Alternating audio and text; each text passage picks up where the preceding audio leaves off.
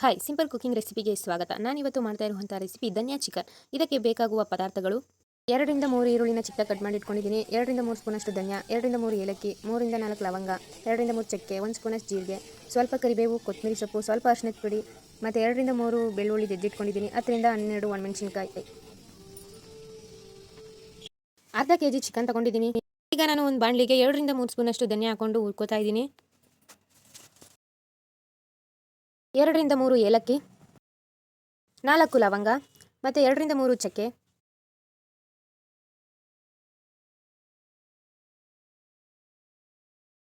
ಇದನ್ನೆಲ್ಲ ಸ್ವಲ್ಪ ಹುರ್ಕೊಂಡ ನಂತರ ನಾನು ಇದಕ್ಕೆ ಈಗ 10ರಿಂದ 12 ಒಣಮೆಣಸಿನ್ಕಾಯಿ ಹಾಕೊಂಡು ಫ್ರೈ ಮಾಡ್ಕೊತೀನಿ. ಇದನ್ನೆಲ್ಲ ಸ್ವಲ್ಪ ಹುರ್ಕೊಂಡ್ರೆ ಸಾಕು. ನಾನು ಇದನ್ನ ಈಗ ಒಂದು ಜಾರ್ಗೆ ಹಾಕೊಂಡು ಚೆನ್ನಾಗಿ ಪುಡಿ ಮಾಡ್ಕೊಳ್ತೀನಿ.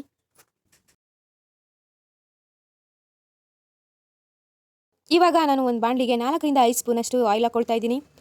ಎಣ್ಣೆ ಕಾದ ನಂತರ ನಾನು ಇದಕ್ಕೆ 1 ಸ್ಪೂನಷ್ಟು ಜೀರಿಗೆ ಹಾಕ್ಕೊಳ್ತಾ ಇದ್ದೀನಿ. ನಂತರ ಈರುಳ್ಳಿ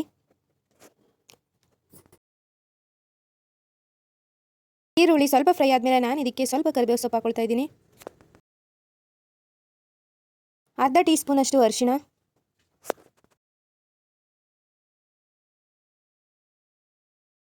ರುಚಿಗೆ ತಕ್ಕಷ್ಟು ಉಪ್ಪು. ನಂತರ ನಾನು ಇದಕ್ಕೆ ಚಿಕನ್ನ ಆ್ಯಡ್ ಮಾಡ್ಕೊಳ್ತಾ ಇದ್ದೀನಿ.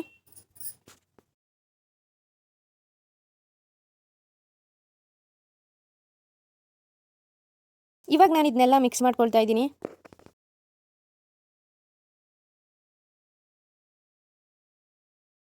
ಇವಾಗ ನಾನು ಇದಕ್ಕೆ ಜಜ್ಜಿಟ್ಕೊಂಡಿರುವಂಥ ಬೆಳ್ಳುಳ್ಳಿ ಹಾಕ್ತಾ ಇದ್ದೀನಿ.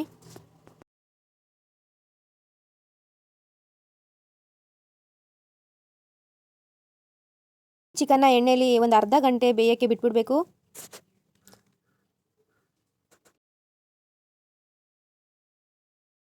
ಈ ರೀತಿ ಚಿಕನ್ನು ಚೆನ್ನಾಗಿ ಎಣ್ಣೆಯಲ್ಲಿ ಬೇಯಬೇಕು.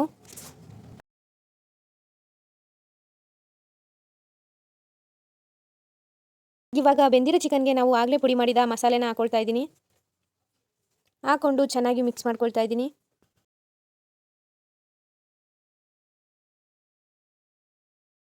ಈ ಮಸಾಲೆನೂ ಚಿಕನ್ ಜೊತೆ ಚೆನ್ನಾಗಿ ಬೆಂದರೆ ಮುಗೀತು, ಬಿಸಿ ಬಿಸಿಯಾದ ಚಿಕನ್ ಫ್ರೈ ರೆಡಿ ಆಗುತ್ತೆ. ಮತ್ತು ಸ್ವಲ್ಪ ಕೊತ್ತಂಬರಿ ಸೊಪ್ಪು ಹಾಕ್ತಾ ಇದ್ದೀನಿ.